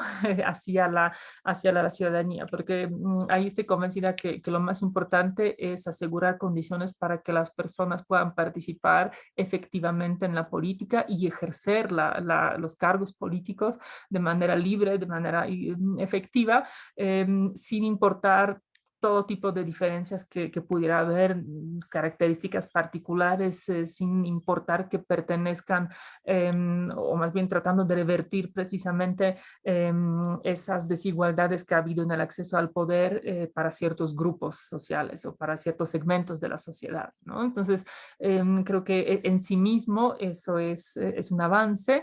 Yo he notado difusiones de esas medidas en los medios de comunicación. No he dado seguimiento a esa parte en particular, pero estoy convencida que los OPLES también hacen digamos, lo suyo en los ámbitos estatales, aunque quizá en alguna medida en este proceso, en este contexto en particular, algunos de esos mensajes han estado desplazados por los mensajes de la pandemia, ¿no? Porque también siento que una importante parte del tiempo las autoridades las tienen, creo que, dedicar a esa concientización de que el voto es importante y que podemos votar de manera segura, ¿no? Creo que quizá hoy una de las campañas más importantes tiene que ver con eso, de las que están realizando las autoridades electorales. También hay campañas muy importantes sobre desinformación en contra de las fake news, y eso tiene que ver también con respeto a los derechos de las personas pertenecientes a los grupos históricamente excluidos, porque las investigaciones apuntan a que una gran parte de las fake news, ¿no? de la desinformación tiende a afectar a esos grupos, tiene que afectar negativamente a esas poblaciones. Entonces ahí ese combate también indirectamente seguramente va a fortalecer, ¿no? Y ahí otra vez, ya muy brevemente, creo que eso no es del todo responsabilidad de las autoridades electorales, ¿no? O sea, creo que nos pasa mucho en nuestros procesos en México, donde tenemos expectativas y donde le vamos colgando a las autoridades electorales nuevas responsabilidades y obligaciones, cuando algunas de ellas son mucho más amplias, ¿no? Porque aquí, pues otra vez, hay legislación sobre condiciones laborales, sobre no discriminación, están otras instituciones del Estado mexicano, para empezar con APRED, ¿no? Que tienen facultades muy importantes en ese ámbito, la SEP, por supuesto, ¿no? O sea, la manera en que educamos a las personas también tiene que cambiar para garantizar el respeto. Entonces aquí, como otra vez mi llamado, que pues desde hace muchos años creo que eso es como parte de mi mantra, de que no todo lo podemos resolver a través del INE y los OPLES, que hacen un gran trabajo. Yo creo que en muchos sentidos van más allá de lo que uno esperaría de una autoridad electoral, y es muy loable que tengan ese compromiso tan fuerte con los derechos humanos, pero creo que hay que también asignar y repartir esas responsabilidades a otras instancias del Estado mexicano. Muchísimas gracias. Adelante, Dulce Ventura. Ok, muchas gracias. En relación a la pregunta de mi compañera Andrea, el hecho de que ya esté reconocida este tipo de violencia, ¿cómo puede favorecer a la prevención de otras discriminaciones interseccionales con las que se enfrentan otros sujetos vulnerables en el ámbito político? Muchas gracias, muy buena pregunta también. Creo que el aspecto interseccional es algo que falta a la manera en la que se legisla y articula políticas públicas en nuestro país, lamentablemente. De hecho, también si analizamos la propia ley de vida libre, ¿no? Todavía no tiene esa articulación precisamente interseccional que se requeriría. Creo que ahí tenemos mucho por hacer, pero también creo que atacando, digamos, con diferentes mecanismos cada una, ¿no? O tratando de generar condiciones para mejora de situación de cada uno de los grupos que están susceptibles con frecuencia a la discriminación, que están vulnerables ante las violaciones de sus derechos o restricciones de participación y representación política. Creo que finalmente todo eso contribuye, ¿no? Contribuye a visibilizar esos problemas, contribuye a analizar y con tiempo seguramente también va a contribuir a mejorar las políticas públicas. Y aquí también creo que un aspecto importante que a veces se escapa es que se habla mucho de interseccionalidad cuando se habla de paridad sobre mujeres, ¿no? De que sí, las mujeres, pero tendrían que ser interseccionales y que los hombres no. O sea, si hablamos de interseccionalidad, y lo mismo aplicaría hablar de la calidad de la representación política, que también tiene ese sesgo, ¿no? Un poco de repente en contra de las mujeres, o se utiliza ese argumento en contra de las mujeres. Aquí es algo similar, ¿no? Tenemos que entender que la interseccionalidad se tendrá que cruzar, pues todas las demás categorías se tendrán que cruzar con la de género, pero no solo en el segmento del 50% femenino, pero en el 100% 50% de las candidaturas para lograr que las masculinas también sean pues mayormente representativas de las diferentes características que diferencian y que discriminan lamentablemente en nuestras sociedades, ¿no? Entonces creo que ahí todavía vamos avanzando, pero sí creo que tenemos asignaturas pendientes muy importantes en términos de los propios mecanismos y de la implementación de las políticas públicas en todos los ámbitos. Gracias. Le cedo la palabra ahora a mi compañero Miguel Ramírez. Adelante, Miguel. Sí, muchas gracias, Dante. Sí, bueno, doctora, siguiendo en esta, tengo una pregunta. Ahora, es en función de las sanciones que pueden haber, pero ahora en cuestión para los funcionarios de casilla en caso de que ejerzan violencia en razón de género. En esta parte también para ver la violencia no solo contra las candidatas, sino también contra las electoras o electores que pudieran llegar a ir, que pudieran sufrir este tipo de violencia. Ok, entendería yo en principio que han de ser casos muy raros. Creo que no es frecuente, no es un fenómeno amplio que las personas sufran violencia, que acudan a votar. En los años, en algunos procesos hubo dificultades o discriminación en el acceso de las personas, por ejemplo, de diversidad sexual, ¿no? Que quienes de repente no necesariamente tenían cambiados sus datos personales en la credencial del elector, y pues si esos no coincidían con su apariencia física, se les dificultaba o se les negaba el voto. Pero desde las elecciones del 15, pero en particular en el proceso de 18 y obviamente también en el actual, ya se han mejorado los protocolos con los que cuenta el instituto y con los que capacita al personal, bueno, más bien a la ciudadanía que va a ejercer las funciones en las mesas directivas de casilla, para que sepan cómo respetar los derechos, cómo verificar la identidad, pero sin violentar a las personas que acuden, ¿no? Entonces creo que hemos tenido avances importantes en ese contexto, pero aquí otra vez, si hablamos de ese problema, se requiere mejor legislación en términos de la identidad y la identidad sexogenérica, y hay toda una parte de regulaciones que no es electoral, ¿no? Sino que tiene que ver con la ley de la población y con otros marcos específicos, ¿no? Pero en principio entiendo que más allá de ese problema particular, no es frecuente que sucedan ese tipo de actos, y pues ahí en cualquier caso siempre están en contacto con las personas funcionarias de casilla, los funcionarios del Instituto Nacional Electoral, los capacitadores, supervisores y demás funcionarios de los consejos, para poder apoyar cuando se presentan dificultades de diversa naturaleza. Muchas gracias. Le damos la palabra ahora a Omar Peredo. Adelante, Omar. ¿Qué tal? Buenas tardes de nueva cuenta, doctora Gilas. Creo que a lo largo de toda esta hora con 20 minutos que hemos estado dialogando acá, ha estado usted hablando del papel tan importante que ha desarrollado el Instituto Electoral. Y en este sentido, en comparación con el resto de países de América Latina, ¿hacia dónde tendríamos que voltear? ¿O los países de América Latina tendrían que voltear hacia el Instituto Electoral? ¿O nosotros tendríamos que voltear hacia ellos? Esa sería mi pregunta, en el sentido de los aprendizajes que tenemos que tomar. Bueno, por supuesto que cada país tiene ciertas particularidades, ciertos contextos políticos, históricos que afectan la articulación de las legislaciones y de las autoridades electorales con las que cuentan.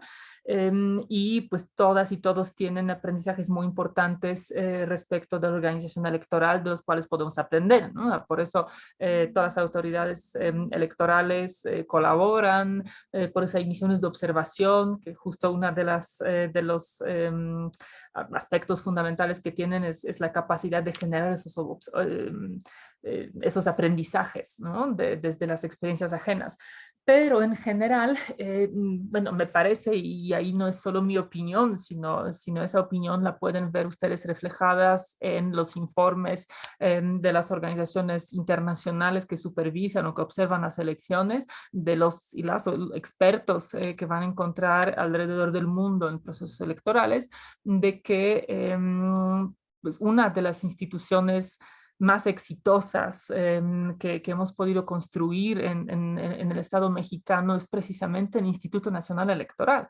Es una institución fundamental, desempeña sus labores con un impresionante profesionalismo, con un gran compromiso con la democracia, y hay evidencias de cómo la comunidad internacional aprecia a nuestro INE y cómo con frecuencia la manera en que está organizado incluso ha llegado a servir como ejemplo para otros países que quisieran fortalecer sus propias autoridades electorales. Entonces, creo que uno siempre puede aprender de los demás. Entonces, en ese sentido, seguro, y por ejemplo, más ahora en el contexto de la pandemia que ha implicado tantos retos para las autoridades electorales alrededor del mundo.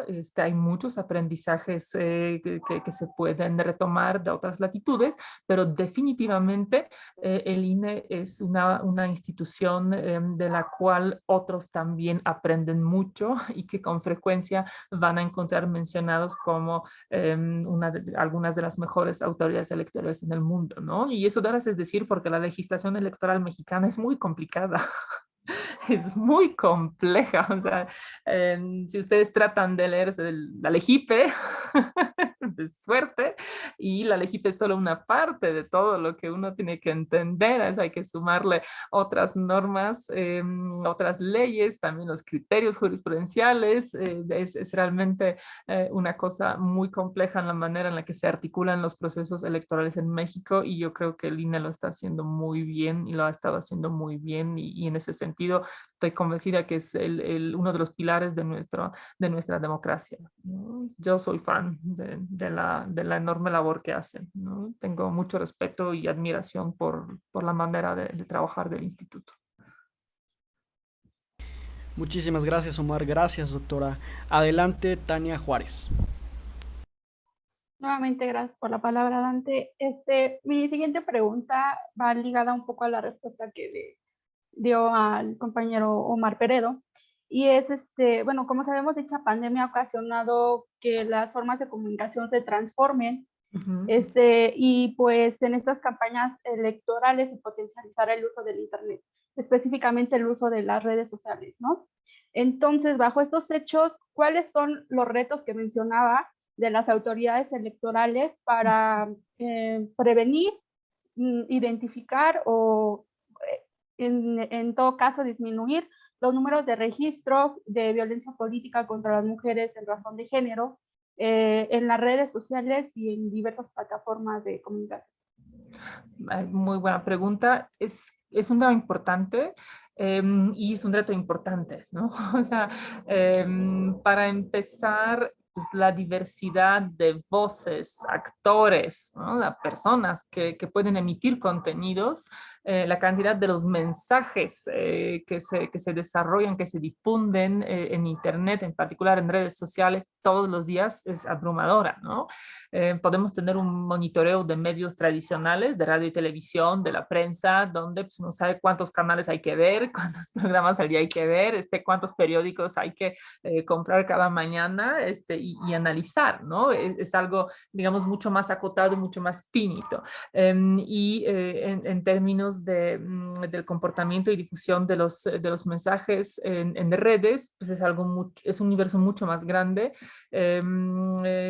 Cada persona puede opinar, ¿no? O sea, no solamente son contenidos que difunden de manera oficial los partidos políticos a las personas que ocupan las candidaturas, pero también pues, los propios militantes de los partidos políticos, pero cualquier persona interesada puede emitir opiniones en redes. Entonces, definitivamente es pues, imposible prácticamente un monitoreo más que muestral, ¿no? de las redes sociales, lo que seguramente pues, dificulta ante el volumen de los mensajes poder dar seguimiento. También la utilización de los bots, ¿no? La utilización de ciertos algoritmos o de ciertos mecanismos, incluso automatizados de difusión de los mensajes, también complejiza la situación, y la condición de anonimato, ¿no? Hay ciertas ciertos mecanismos de verificación de identidad de las cuentas que permite, por ejemplo, Twitter, donde podemos tener certeza que es cuenta oficial de alguien, ¿no? Pero en principio, y eso ha sido uno de los criterios del tribunal, que reconoce que las redes permiten anonimato, ¿no? Y que pues cualquiera puede abrir en realidad una cuenta con cierto nombre, poner una fotografía que encuentre en internet y tuitear, por ejemplo, el nombre de alguien o atribuirle ciertos contextos a alguien. Hoy también estamos enfrentándonos a un fenómeno no solo de las fake news, sino de su tipo muy particular que se llaman las deepfakes, ¿no? Estamos ya, bueno, hemos desarrollado tecnología que permite manipular las grabaciones video de las personas de una manera tan buena, o sea, tan realista, que es muy difícil distinguir si es un video real o si es un video alterado, ¿no? Y solo especialistas lo pueden hacer y en ocasiones incluso los especialistas pueden encontrarse con las dificultades. Esos deepfakes han sido utilizados pues, para pues desde hacer videos de contenido sexual exponiendo a las personas públicas sin su, por supuesto, aprobación, y también pueden ser, hay que reconocerlo, utilizados en una lucha política, y ese también va a ser un reto muy importante para las autoridades. Entonces, definitivamente no es algo fácil, y más tomando en cuenta que la regulación de los contenidos que se difunden en redes es pues bastante más laxa que la regulación de los contenidos de los spots, de los mensajes propagandísticos o del ejercicio periodístico, ¿no? Y ahí pues entran en conflicto ese ideal de las redes, del espacio en Internet como ese espacio libre, ¿no? Una especie de ágora en la que cualquiera pueda hablar frente al respeto a ciertas reglas electorales que pretenden garantizar la equidad de la contienda o frente a cierto respeto a los derechos de otras personas que se pueden ver afectadas por los contenidos, especialmente por los contenidos falsos, ¿no? Y ahí hay muchas preguntas muy complejas a las que todavía no hay respuesta, ¿no? ¿Quién tendría que valorar esos contenidos? ¿Quién tendría que valorar lo que es cierto, lo que no? ¿Hay una autoridad que tenga que decir, ese es fake, ese es real? Asignarle a una autoridad de Estado esa tarea es asignarle mucho poder, ¿no?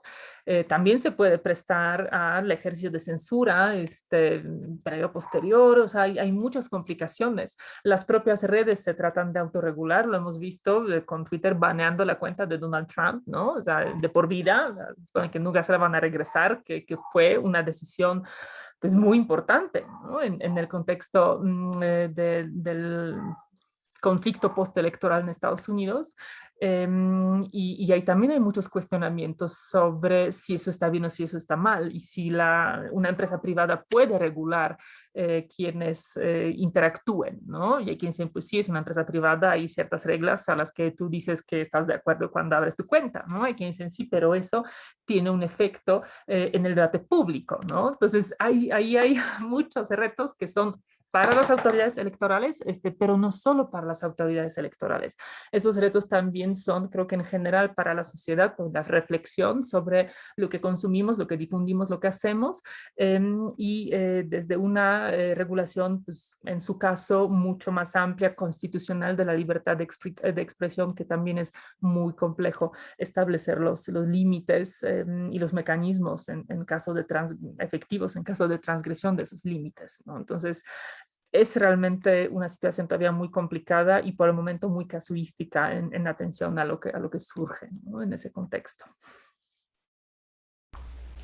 Muchas gracias. Le cedo la palabra ahora a Tania Solorza. Adelante, Tania.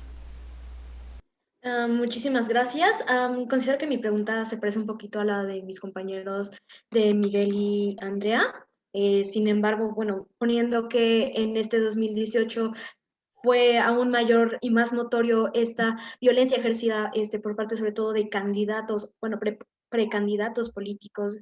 ¿Qué filtros o qué prevenciones se podrían tomar, sobre todo desde el ámbito legislativo o por parte de los partidos políticos o incluso del Instituto Nacional Electoral, para evitar que pues, personajes políticos como estos sean los que lleguen a un cargo de elección popular?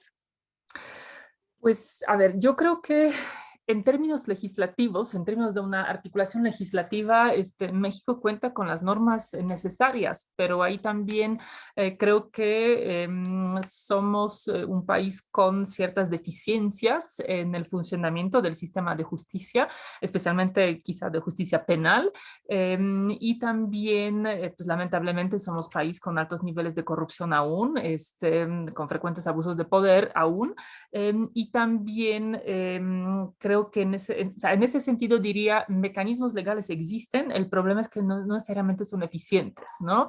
Y ahí entiendo que te refieres a las acusaciones hacia ciertos personajes públicos de violencia contra las mujeres. Sabemos que, datos estadísticos otra vez, de todas violencias, especialmente pensando en violencia física y sexual que sufren las mujeres, una fracción muy pequeña es denunciada y de esa fracción muy pequeña, o sea, ni siquiera 10% termina en una sentencia condenatoria, ¿no? Entonces hay una importante impunidad, pero creo que el problema ahora sí no se resuelve desde lo electoral, o sea, no podemos poner más normas, o sea, no podemos poner una norma que diga, y alguien que sea sospechoso o alguien que se acuse ya no puede ser candidato, porque eso también sería violatorio del principio de inocencia, de todos los principios de debido proceso, de legalidad, de respeto a los derechos humanos que reconocen nuestra Constitución y que reconocen los tratados internacionales de los que México es parte, y que exigen para una suspensión de derechos políticos de una persona que fundamentalmente medie una sentencia, ¿no? O sea, que haya una autoridad jurisdiccional independiente, autónoma, que corrobore la existencia de ese hecho. Y cuando no lo hay, pues creo que ahí cuando no lo hay y cuando hay acusaciones y hay sospechas, lo que entra no es la ley, sino la decencia. Creo que eso es lo que falta, ¿no? En el ámbito público. Es decir, no todo se resuelve regulando y estableciendo más restricciones, más dificultades, ¿no? en la ley, sino que tendría que haber cierto entendimiento, que una cosa es el principio de inocencia que tiene que operar en las decisiones que toman las autoridades que pueden sancionar a las personas, pero eso no es lo mismo que la actividad política de los partidos políticos, de las personas que se involucran, que quieran ser aspirantes, candidatos o candidatos a ciertos cargos de elección popular o que ya ejercen funciones públicas, ¿no? Creo que en ese ámbito práctico, digamos, de la política, ahí sí, más que el principio de inocencia, el principio que debe operar es el de la esposa de César, ¿no? Es decir, más allá de cualquier duda, o sea, las dudas sobre la integridad de las personas que se involucran en la actividad pública, quizá deberían ser suficientes para que los partidos políticos simplemente pues, les nieguen las candidaturas, les nieguen estos espacios, al menos en tanto se aclare su situación jurídica, ¿no? Mientras tanto se desarrollen todos los procesos que tienen que seguir su curso para poder determinar la culpabilidad o inocencia de la persona involucrada, ¿no? O sea, creo que decir que alguien puede ser candidato o candidata mientras no se le demuestre penalmente la culpabilidad, creo que no necesariamente es por ahí la cosa, ¿no?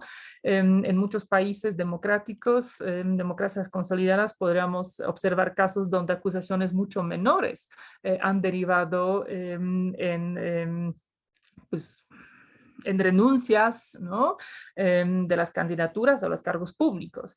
Yo me acuerdo de eso ya de ser unos 15 años, hubo un caso de una política en Suecia que utilizó los recursos públicos para hacer un pago ahí muy menor de un chocolatito que compró, ¿no? Con la tarjeta de la dependencia que dirigía, pues no sé, supongo no tenía efectivo a la mano, ¿no? Dijo, bueno, lo repongo después, tuvo que renunciar a su cargo, ¿no?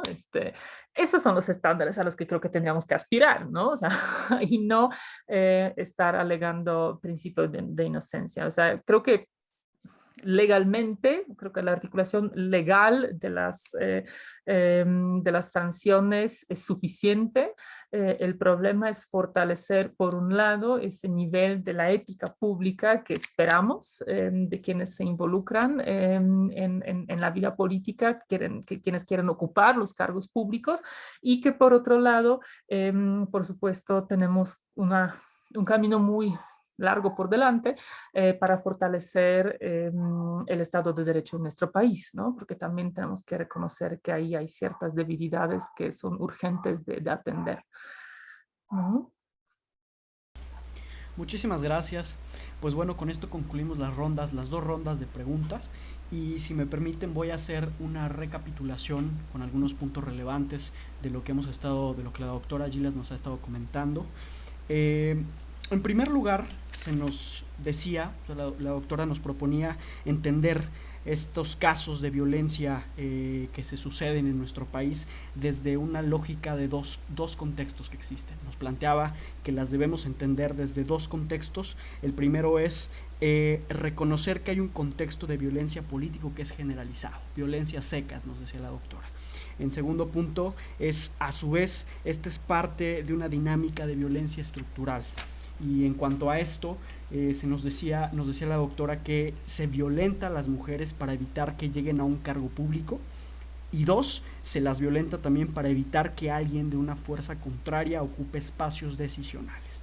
Es decir, nos invitaba la doctora a entender a la violencia política en un contexto de violencia estructural, es decir, en la que hay un acceso desigual en función del género de las personas. Hablábamos en este punto de la existencia de una estructura sexuada de poder, y el ejercicio de violencia hace posible mantener esta estructura desigual. Se nos hablaba también de la cultura, una cultura que permite el uso de la violencia como un mecanismo de control que restringe a las mujeres de participar en la vida política y que además obstaculiza el ejercicio de sus derechos políticos. En este sentido, y para hacer la parte de la conclusión, le cedo la palabra a la doctora Gilas para que nos haga de nuevo una conclusión general de lo que hemos estado platicando en esta mesa. Adelante, doctora. Muchas gracias, Dante. Pues miren, agradeciendo todas las preguntas y tomando un poco de lo que yo les dije al inicio y de lo que me han preguntado, creo que es muy importante que hagamos esto, ¿no? Que hagamos estos ejercicios tanto en el ámbito público como en el ámbito privado, es decir, cada quien en sus actividades, y por supuesto observando la política sobre la identificación, sobre la visibilización de los patrones de violencia, ¿no? Tenemos que identificarlos, tenemos que visibilizarlos, tenemos que condenarlos, es decir, como sociedad tenemos que decir basta, no vamos a aceptarlo, no vamos a permitirlo, no queremos esa violencia en el ejercicio de la política en nuestro país, y por ende tenemos que sancionar los casos cuando se presentan, tenemos que rechazar a las personas que recurren a la violencia de género y a otras modalidades de violencia en general, ¿no? Porque para ningún tipo de violencia debería haber espacio en la política en una sociedad democrática. Y finalmente creo que tenemos que buscar y articular en ese sentido una demanda también social por la aprobación de las políticas públicas que permitan cambiar las relaciones de género de nuestra sociedad. Creo que esa erradicación de la violencia que quisiéramos ver en la política y en los demás ámbitos, creo que pasa por ese desafío a mediano y espero que no muy largo plazo, que tiene que ver con cambios profundos en nuestra sociedad, en la asignación de las expectativas, de los roles, de las tareas, de los reconocimientos, de la valoración de lo femenino y lo masculino, y para lograrlo realmente necesitamos cambios profundos en las relaciones de género, en las relaciones entre hombres y mujeres, podríamos decir un nuevo pacto sexual, ¿no? Que funda y que sostiene a nuestra sociedad. Entonces creo que esa tendría que ser nuestra la demanda y la ruta futuro para tratar de construir una sociedad más libre, más igualitaria y definitivamente ajena a la violencia. Pues les quisiera agradecer con esto la oportunidad de dialogar, de escuchar sus preguntas, sus cuestionamientos que son muy importantes. Muchos, insisto, no tienen una respuesta sencilla, pero creo que apuntan en las direcciones en las cuales tenemos que estar trabajando desde la academia, desde las instituciones, desde la política, desde la sociedad, para construir una democracia más fuerte en nuestro México. Entonces, ojalá voten todas y todos quienes estén aquí, quienes nos escuchan, porque eso es probablemente la mejor herramienta que tenemos para articular esas demandas y para avanzar en esa ruta. Así que muchísimas gracias por la oportunidad de estar con ustedes. Es un gusto y un honor. Muchas gracias.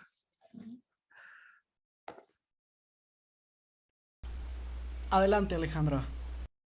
Para dar pie al cierre, quiero dar una conclusión con respecto a lo que mencionaba la doctora Carolina, que creo que enmarcaba 3 puntos, que eran unas políticas públicas a favor o que vean una retrospectiva de género, asimismo que estos mecanismos que se den de manera igualitaria, es decir, los accesos tanto a los partidos en trabajo de militantes y el uso de la televisión en lo que son los medios para que las mujeres también puedan competir de manera igual. Y con esto se agradece tanto a los participantes y asistentes a la mesa de violencia política en razón de género en las elecciones 2021. Cedo la palabra al doctor Víctor Alarcón. Sí, buenas tardes de nueva cuenta, buenas noches, ya estamos adentrándonos al final de este ejercicio.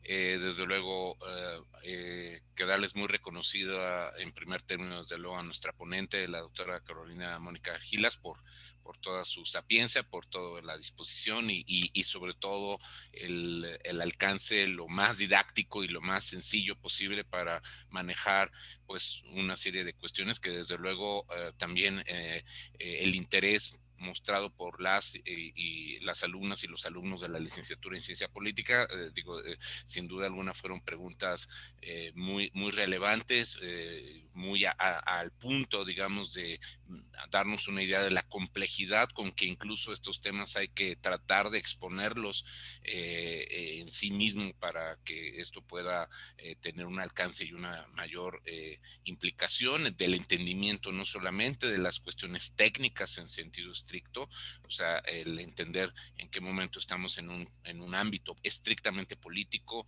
en cuando estamos en la parte procesal, en la parte jurisdiccional, que también no siempre está siendo muy fácil de poder ubicar, es decir, por qué las omisiones legislativas que a veces provienen desde el Congreso, desde las decisiones o no generadas en mesas de negociación entre los partidos políticos, entre los actores, y luego pasar a la práctica, a la implementación, a la evaluación, de visualizar que las acciones electorales desde luego también regulan un ámbito de la política pública, es decir, implican autoridades, implican a ciudadanos y ciudadanas, implican a todo un entramado que no siempre entonces es muy fácil deslindar quién es el que realmente tiene la verdadera responsabilidad de garantizar y de aplicar correctamente lo que una norma tiene que tener como consecuencia en una conducta habitual que forme parte de nuestros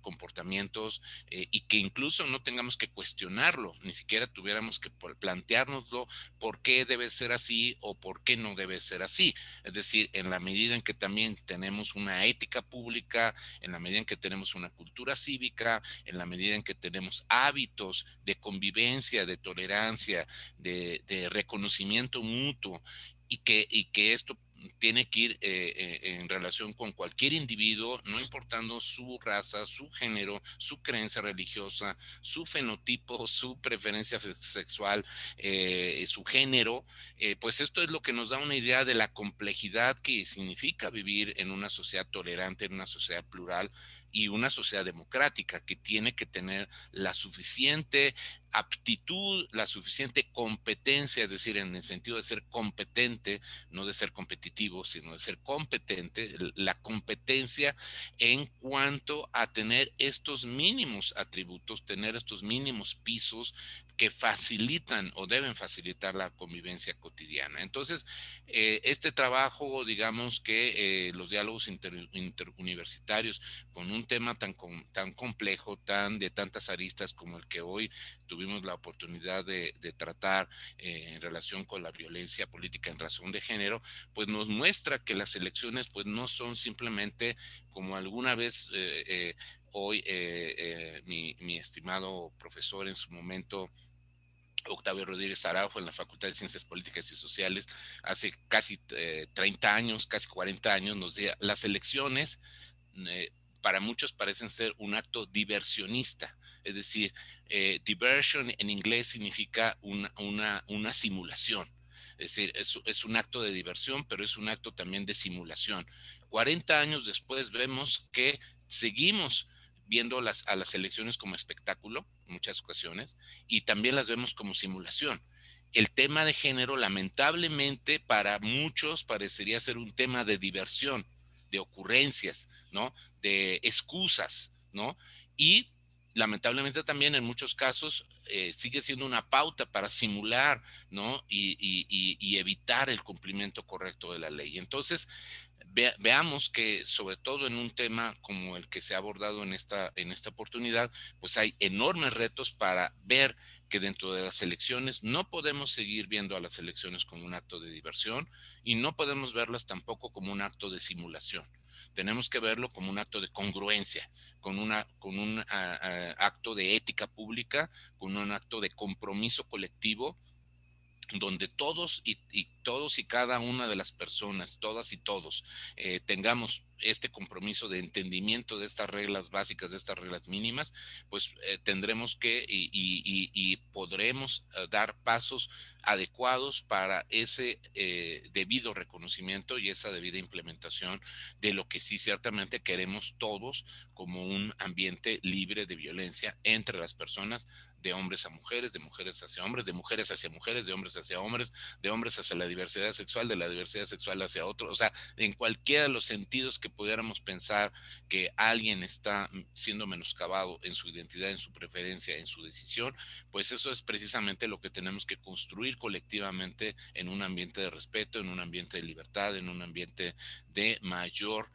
profundización, de saber el carácter complejo en el que ahora se mueven nuestras sociedades y reconociendo eso, poder entonces todavía perfeccionar y avanzar en esta implementación de diversas acciones que permitan que sobre todo, como lo hemos revisado en esta oportunidad, muy particularmente la participación de las mujeres en las sociedades democráticas no sea un motivo de debate, sino que sea un hecho cotidiano, un hecho incuestionable y que justamente nos estemos preocupando por otras cosas igualmente relevantes, pero que deberían estar, digamos, requiriendo nuestra atención y no seguir atrapados en debates que lamentablemente nos siguen remontando a 30 o 40 años o a toda una historia civilizatoria, ¿no? Como es el pacto patriarcal, la sociedad desigual, la forma en que nosotros hemos entendido el mundo contemporáneo,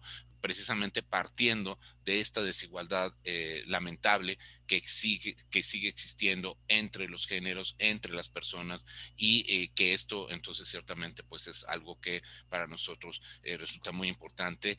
Fácil ver que las elecciones, los partidos, la democracia sean una instancia facilitadora para que ese proceso se reduzca y se erradique de la manera más adecuada, de la manera más eficiente posible, precisamente tomando las decisiones correctas, tanto morales como éticas, como políticas, como legales, y sobre todo alentando a que aquellas instancias que ejercen ese poder, que ejercen esa representación, que ejercen esa interlocución, pues precisamente lo puedan hacer de la manera más eficaz posible. Ha sido un privilegio a nombre de todos los integrantes del comité académico que conforman a la Cátedra Francisco I. Madero, patrocinada por el Instituto Nacional Electoral y la Facultad de Ciencias Políticas y Sociales de la Universidad Nacional Autónoma de México, haber tenido la oportunidad de estar participando en esta quinta mesa de los diálogos interuniversitarios y desde luego agradecer muy particularmente a todos y cada uno de los participantes de la licenciatura, los estudiantes, tanto alumnas como alumnos de la licenciatura en Ciencia Política de la Universidad Autónoma Metropolitana, que en esta ocasión tuvimos el privilegio, el honor de ser sedes de esta quinta mesa, muy particularmente desde luego agradecerle a Omar Peredo, a Tania Solorza, a Dulce Ventura, a Andrea Moreno, a Tania Juárez, a Miguel Ramírez, y desde luego reconocer la muy hábil conducción que tanto hicieron a Alejandra Chávez en su calidad de presentadora y desde luego a Dante Juárez en calidad del moderador del debate, ¿no? Y desde luego también extiendo también este reconocimiento a todo el staff, tanto del Instituto Nacional Electoral como de la Facultad de Ciencias Políticas y Sociales de la UNAM, que han acompañado este ejercicio, muy particularmente desde luego a Sofía Ramírez, a Fabiola Franco y desde luego a los demás integrantes del staff de la Cátedra Madero, ¿no? También en este caso a Andy Moreno, que también desde luego todos han hecho un importante trabajo para que esta transmisión pudiera llevarse a cabo sin problema alguno. Y finalmente, entonces, antes de despedir esta transmisión, hacerles una muy cordial invitación a todos quienes nos acompañaron a través de este Facebook Live y a través de las repeticiones de los diversos espacios interinstitucionales de las universidades co-convocantes a estos diálogos interuniversitarios, como lo fueron precisamente pues la Universidad de Guanajuato, el Colegio de la Frontera Norte, la Universidad Autónoma de Querétaro, entre otras instituciones, ¿no? Para poder, digamos, la Universidad de Guadalajara y el Colegio de la Frontera Norte y la propia Facultad de Ciencias Políticas y Sociales de la UNAM, para que nos acompañen el próximo martes 4 de mayo de 2021 en la sede precisamente final, que es la Facultad de Ciencias Políticas y Sociales de la UNAM, para que ahí puedan acompañarnos en el sexto y último diálogo de la serie, diálogos interuniversitarios en esta temporada, y que tendrá como distinguido ponente al doctor Andreas Schedler, integrante de la División de Estudios Políticos del Centro de Investigación y Docencia Económicas, quien versará sobre el tema de la reciprocidad democrática. Entonces, de nueva cuenta, les reitero esta invitación, martes 4 de mayo de 2021, en este horario habitual de las 5 de la tarde, salvo que hubiera alguna modificación de último momento, pero pues les extendemos entonces esta muy cordial invitación para que nos acompañen al cierre de este primer bloque de diálogos interuniversitarios en el marco de la Cátedra Francisco I. Madero de Cultura Cívica, patrocinada por el Instituto Nacional Electoral y la Facultad de Ciencias Políticas y Sociales de la UNAM. Sin más, un servidor, Víctor Alarcón Holguín, profesor investigador del Departamento de Sociología y de la Licenciatura en Ciencia Política de la Universidad Autónoma Metropolitana de Iztapalapa, les agradece muy encarecidamente su acompañamiento y el tiempo dispensado a esta sesión. Sin más, hagamos democracia, hagámoslo juntos y juntas. Muchas gracias. Que tengan buena tarde.